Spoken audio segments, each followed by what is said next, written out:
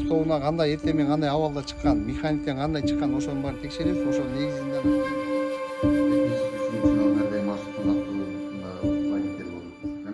бүгүнкү кылган одону мамилем үчүн Бишкек шаарынын тургундарынан терең кайгыруу менен кечирим сурайм.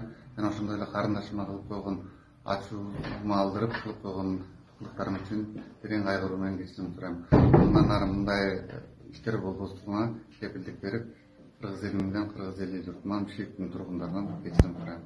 Кечирип коюңуздар мени.